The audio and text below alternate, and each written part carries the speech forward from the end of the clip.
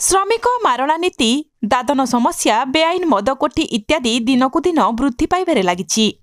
ଜିଲ୍ଲା ପ୍ରଶାସନକୁ ବାରମ୍ବାର ଜଣାଇଲେ ମଧ୍ୟ କୌଣସି ସୁଫଳ ମିଳୁନାହିଁ। ଏହାର ପ୍ରତିବାଦରେ ଆସନ୍ତା ଫେବୃଆରୀ 12ରେ ଜିଲ୍ଲା ଶ୍ରମିକ ମହାସଂଘ ପକ୍ଷରୁ 8 ଘଣ୍ଟିଆ ନୂଆପଡ଼ା ଜିଲ୍ଲା ବନ୍ଦ ଡାକରା ଦିଆଯାଇଛି। ଏନେଇ ନୂଆପଡ଼ା ଜିଲ୍ଲା ଶ୍ରମିକ ମହାସଂଘ ପକ୍ଷରୁ ଏରିଗେସନ ଛକ କାର୍ଯ୍ୟାଳୟଠାରେ ଖବରଦାତା ସମ୍ମିଳନୀରେ ଆବାହକ ଯଦୁମଣି ପାଣିଗ୍ରାହୀ ଏହି ସୂଚନା ଦେଇଛନ୍ତି। ନୂଆପଡ଼ା ଜିଲ୍ଲାକୁ ସମ୍ପୂର୍ଣ୍ଣ ମଦମୁକ୍ତ କରିବା, ଦାଦନମୁକ୍ତ କରି ସ୍ୱତନ୍ତ୍ର ପ୍ୟାକେଜ ଘୋଷଣା କରିବା, ଜିଲ୍ଲା ଶ୍ରମ କାର୍ଯ୍ୟାଳୟ ଜିଲ୍ଲା ସଦର ମହକୁମାକୁ ସ୍ଥାନାନ୍ତରଣ କରିବା, ସମସ୍ତ ବର୍ଗର ଶ୍ରମିକ ଶୋଷଣ ଓ କଷଣର ଶିକାର ହେଉଛନ୍ତି, ତାହାର ଶୀଘ୍ର ସମାଧାନ କରିବା ଦାବି ନେଇ ଆସନ୍ତା 12ରେ ସକାଳ 6ରୁ ଅପରାହ୍ନ 2ଟା ପର୍ଯ୍ୟନ୍ତ 8 ଘଣ୍ଟା ସମ୍ପୂର୍ଣ୍ଣ ନୂଆପଡ଼ା ଜିଲ୍ଲା ବନ୍ଦ ଡାକରା ଦିଆଯାଇଛି ବୋଲି ପାଣିଗ୍ରାହୀ ସୂଚନା ଦେଇଛନ୍ତି। ଜିଲ୍ଲା ଶ୍ରମିକ ମହାସଂଘ ଆବାହକ ପାଣିଗ୍ରାହୀଙ୍କ ଅଧ୍ୟକ୍ଷତାରେ ଆୟୋଜିତ ଖବରଦାତା ସମ୍ମିଳନୀରେ ଭକ୍ତବନ୍ଧୁ ଧରୁଆ, ସୁଖଦେବ ସାହୁ, ଜ୍ଞାନରଞ୍ଜନ ସାହୁ, ବାବୁଲାଲ ମାଝୀ, ବାବୁଲାଲ ପଟେଲ, ସୁରେଶ ବେହେରା, ଜ୍ଞାନେଶ୍ୱର ବାଗ, ଅନିରୁଦ୍ଧ ନାଗ, ଗୌତମ ବରିହା ପ୍ରମୁଖ ଉପସ୍ଥିତ ଥିଲେ। ଶତକଡ଼ା 50% ଶ୍ରମିକ ଅଟନ୍ତି। ଏ ପ୍ରକାର ଏକ ଶ୍ରମିକ ବହୁଳ ଦାଦନ ପ୍ରବଣ ଜିଲ୍ଲାରେ ସରକାର ଏବଂ ପ୍ରଶାସନ ତରଫରୁ ଯେଉଁଭଳି ଭାବରେ ଶ୍ରମିକ ମାନଙ୍କ ସମସ୍ୟାକୁ ସମାଧାନ କରିବାର କଥା, ଯେଉଁ ସମ୍ବେଦନଶୀଳତା ପ୍ରଦର୍ଶନ କରିବା କଥା, ବିଲକୁଲ ପରିଲକ୍ଷିତ ହେଉନାହିଁ। ଆମେ 3 ବର୍ଷ ହେଲା ନୂଆପଡ଼ା ଜିଲ୍ଲା ଶ୍ରମିକ ମହାସଂଘ ଗଠନ କଲୁ। ଏଥିରେ ବିଭିନ୍ନ ପ୍ରକାର ନ୍ୟାସନାଲ ଟ୍ରେଡ୍ ୟୁନିୟନ ସହିତ ରାଜ୍ୟସ୍ତରୀୟ ଟ୍ରେଡ୍ ୟୁନିୟନ, ଜିଲ୍ଲା ସ୍ତର ଟ୍ରେଡ୍ ୟୁନିୟନ, ବିଭିନ୍ନ ଶ୍ରମିକ ସଂଗଠନ ପାଖାପାଖି 19-20ଟି ସଂଗଠନ ଏଥିରେ ସାମିଲ ହୋଇକି ଅଛନ୍ତି। ଆପଣମାନଙ୍କୁ ମନେ ପକାଇବା ପାଇଁ ଚାହୁଁଛି, 4 ଅକ୍ଟୋବର 2021ରେ ଆମେ ଶ୍ରମିକ ଗର୍ଜନ ସମାବେଶ କରିଥିଲୁ। ଜିଲ୍ଲା ସାରାର ହଜାର ହଜାର ସଂଖ୍ୟାରେ ଶ୍ରମିକ ଆସିକି ତାଙ୍କର ଆକ୍ରୋଶ ପ୍ରଦର୍ଶନ କରିଥିଲେ, ତାଙ୍କର ସମସ୍ୟାକୁ ଦାବିପତ୍ର ଦେଇଥିଲେ। 3 ବର୍ଷ ହେଲା ଆମେ ଲଗାତାର ସରକାର ସହିତ, ପ୍ରଶାସନ ସହିତ, ଲେବର କମିଶନର ସହିତ, ଜିଲ୍ଲାପାଳଙ୍କ ସହିତ, ଡିଷ୍ଟ୍ରିକ୍ଟ ଲେବର ଅଫିସରଙ୍କ ସହିତ ବିଭିନ୍ନ ପ୍ରକାର ଆନ୍ଦୋଳନ କରିଛୁ, ଦାବିପତ୍ର ଦେଇଛୁ, ଆଲୋଚନା କରିଛୁ, କିନ୍ତୁ କୌଣସି ପ୍ରକାରର ସୁଫଳ ଆମକୁ ମିଳିପାରିଲା ନାହିଁ। ଆଜି ଆମେ ପୁଣି ଥରେ ଆନ୍ଦୋଳନକୁ ଓହ୍ଲାଇବା ପାଇଁ ବାଧ୍ୟ ହୋଇଛୁ। ଆସନ୍ତା ଫେବୃଆରୀ 12 ସୋମବାର ଦିନ ସକାଳ 6 ଘଣ୍ଟାରୁ ଅପରାହ୍ନ 2 ଘଣ୍ଟା 8 ଘଣ୍ଟିଆ ନୂଆପଡ଼ା ଜିଲ୍ଲା ବନ୍ଦର ଡାକରା ଆମେ ଦେଉଛୁ। ଆଜି ଆପଣମାନଙ୍କର ଜରିଆରେ ନୂଆପଡ଼ା ଜିଲ୍ଲାର ସମସ୍ତ merchant association, bus owners association, truck owners association, taxi owners association, auto rickshaw owners association ଏବଂ ବିଭିନ୍ନ ବ୍ୟବସାୟିକ ପ୍ରତିଷ୍ଠାନ, ଏ ସମସ୍ତଙ୍କୁ ଆମେ ଆପଣମାନଙ୍କ ଜରିଆରେ ନିବେଦନ କରୁଛୁ ଯେ ଜିଲ୍ଲାର ଶ୍ରମିକମାନଙ୍କ ସମସ୍ୟା ସମାଧାନରେ ଆପଣମାନେ ଆମକୁ ସହଯୋଗ କରନ୍ତୁ ଏବଂ ଆପଣମାନଙ୍କୁ ବି ଆମେ ନିବେଦନ କରୁଛୁ ଆମକୁ ସହଯୋଗ କରିବା ପାଇଁ। ଆଜି 1,20,000 ଯେଉଁ ନିର୍ମାଣ ଶ୍ରମିକ ଅଛନ୍ତି, ସେ ଭିତରୁ 60,000 ନିର୍ମାଣ ଶ୍ରମିକ ପଞ୍ଜୀକୃତ ଶ୍ରମିକ ନବୀକରଣ କରିପାରିନାହାନ୍ତି। ଆଉ 2-3 ମାସ ପରେ ଇଏ 60,000 ନବୀକରଣ ହେଇନପାରିକି ରଦ୍ଦ ହେଇଯିବାର ଆଶଙ୍କା ଅଛି ଏବଂ ତାକୁ ଯେଉଁ ପ୍ରକାର ଯୁଦ୍ଧକାଳୀନ ଭିତ୍ତିରେ ଗୋଟେ ସ୍ପେଶାଲ ଡ୍ରାଇଭ କରିବା କଥା ବିଭିନ୍ନ ସମୟରେ ଆମେ ଦାବି କରୁଛୁ, ସେମାନେ କରୁନାହାନ୍ତି।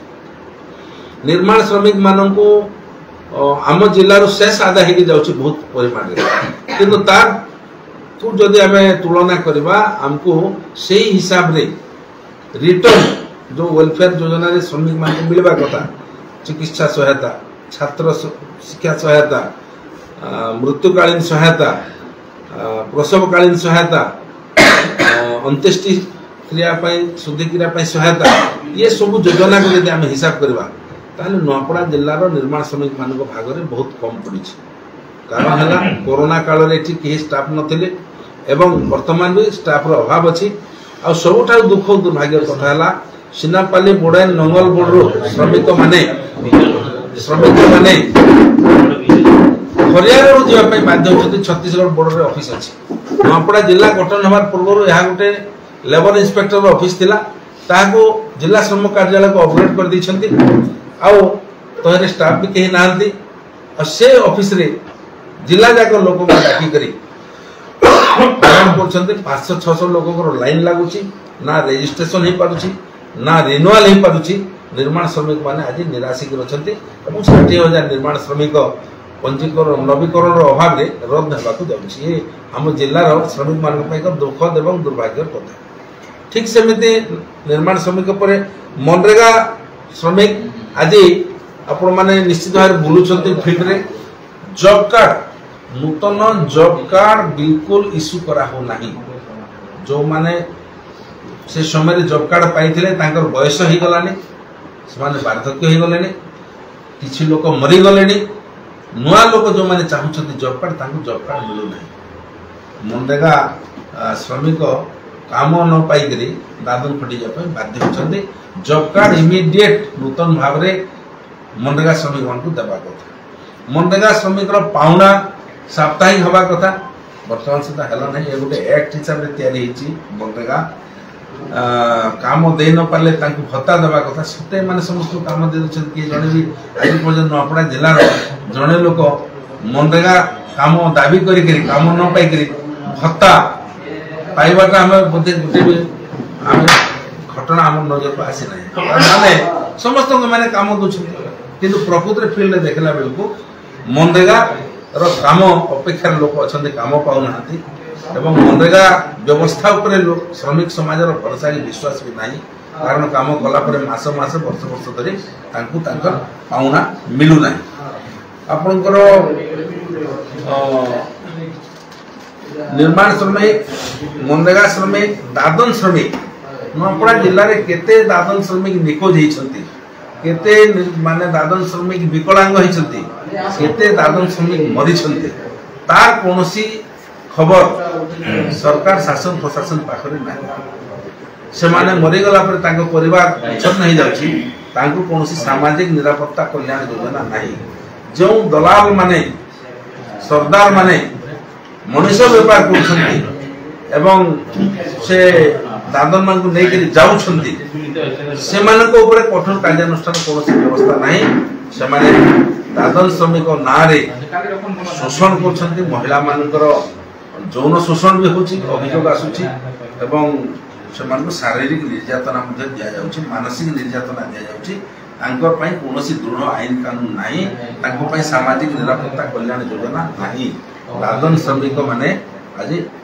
माने तांकर अत्याचार करुण कहानी नुआपड़ा जिला दिन को दिन बढ़ी चली कमी नहीं डेड बॉडी दरकार पड़े जदि कौन जगह श्रमिक मरी जाउची तार मृत शरीर को आने से परिवार लोक को लंबा लड़ाई लड़वा पड़ुछि प्रशासन तरफ जत्किंचित परिवहन खर्च भी देवा कथा आज पर्यंत बहुत लोक दि जाए ना नुआपड़ा जिलार विभिन्न थाना रे दादन श्रमिक निखोज घटना साधारण भाव में निया तार कौन प्रकार अनुसंधान करा जाउ नाही बहुत केस आज भी विभिन्न थाना रे पेंडिंग अच्छी तेणु तार विरुद्ध रे आमे सरकार को सचिव माने नुआपड़ारू बीरबल प्रधान रिपोर्ट कलिंग टीवी 24।